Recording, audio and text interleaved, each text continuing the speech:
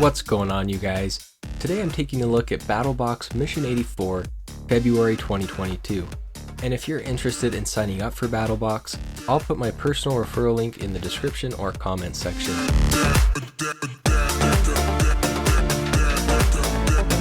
So Mission 84 was a pretty good box. The basic box included the Fox Edge Olea folding knife, the Climate portable lightweight inflatable seat, and the No-So waterproof repair patches. The advanced box included everything in the basic box, and then also the Lightband Active 520 rechargeable low-profile headlamp.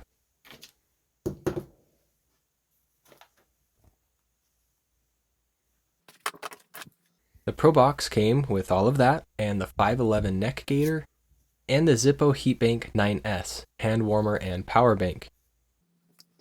And the Pro Plus box included everything in the previous boxes, and the Lord & Field Co. Tommy P. Puko knife, for a total MSRP of $316.83. Now I realize that sometimes that full MSRP value is a little inflated, but you're still getting a good deal compared to buying all of this stuff separately. So let's get into my likes and dislikes of this month's box.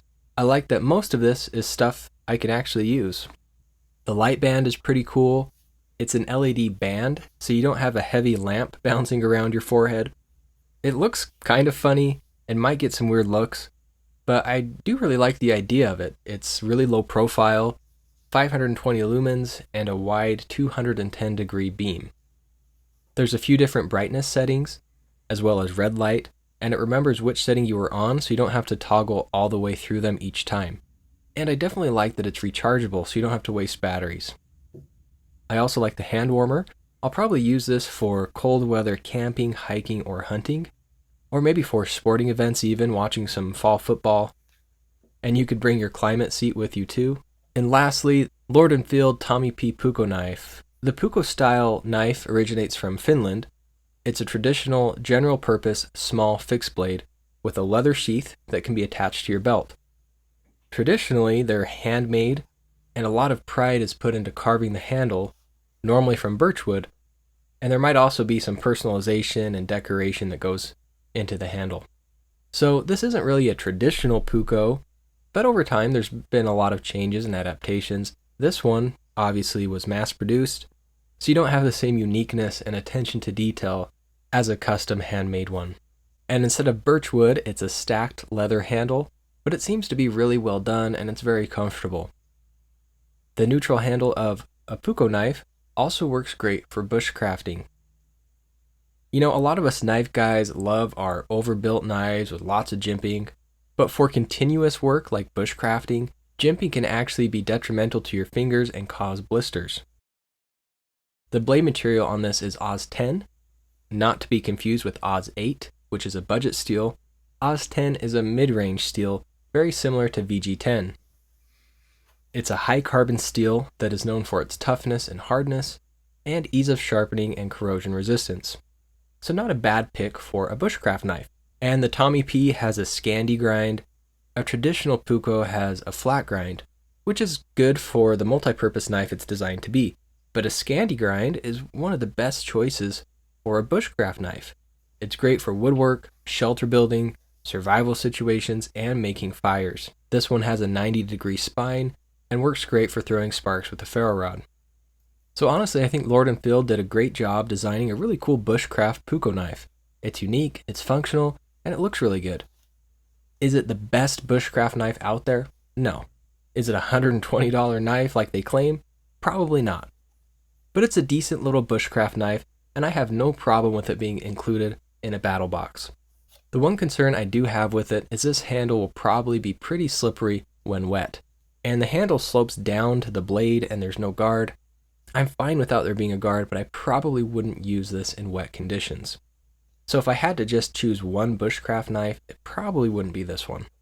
Okay, so let's talk about my dislikes. The Fox Edge Olea.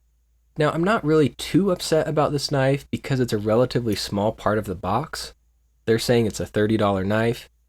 You know, at least they're not saying it's like an $80 knife or something.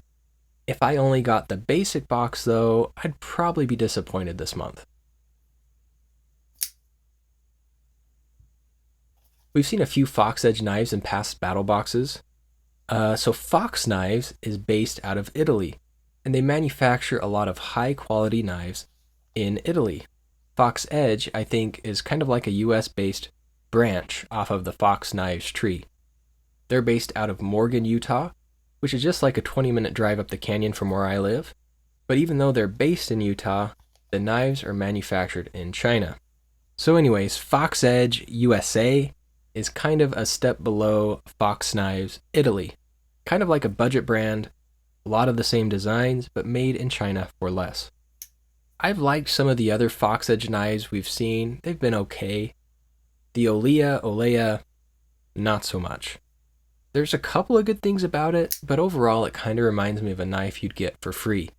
Like for joining the NRA or Rocky Mountain Elk Foundation or something like that.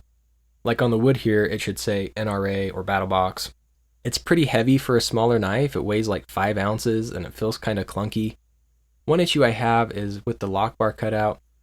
It's either too high or they removed too much extra material or something. The pivot screw is almost to the edge and it's kind of an eyesore. And the bearings are showing. Excuse me, sir, your bearing is out. And one of the balls is almost all the way out. At least it will be easy to lubricate, but it's going to be a lot easier for it to get gunked up. And I also want a nice, flat, even surface with an equal spread of force on all those ball bearings. And this has me a little bit worried about it doing something weird when you go to tighten the pivot screw. And maybe that could be contributing to the centering being so off. It's very far to the left. And maybe it's not a big deal at all, but if anything, it is an eyesore. It also has a thumb hole, but you can't use it because of the handle shape. So it's more decorative than anything. Honestly, it's almost like they didn't even prototype this. It's like they just sent in the design and were like, we're good. Design's good. Full send. And the manufacturer's like, hey man, we got a couple concerns with the design you sent us. Nope. Full send. Or maybe they knew and just didn't care. They're rushing to get a knife made for Battlebox. I don't know. There's also some sharp edges and hot spots. And this corner right here is annoying when I'm trying to go for the lock bar. And it has really bad lock stick. What's actually okay though is the action. You can fail it if you want to, but the deployment with the flipper tab is okay. And the closing action is actually pretty good. It's even drop shutty. So overall the action is decent. The blade steel is 8CR13 MOV, which is a low-end Chinese budget steel similar to Oz 8. And you know, that's fine on a $30 knife, I guess, whatever. The handle shape is comfortable and it fills your palm well, and the overall profile looks nice. The slab of olive wood is a nice little touch, so I mean for a $30 knife, it looks okay, decent action, just not very well designed or thought out. But like I said, I'm not too upset about it because it represented a pretty small percentage of the Pro Plus box anyways. But I will say, there's not always a knife in the basic box.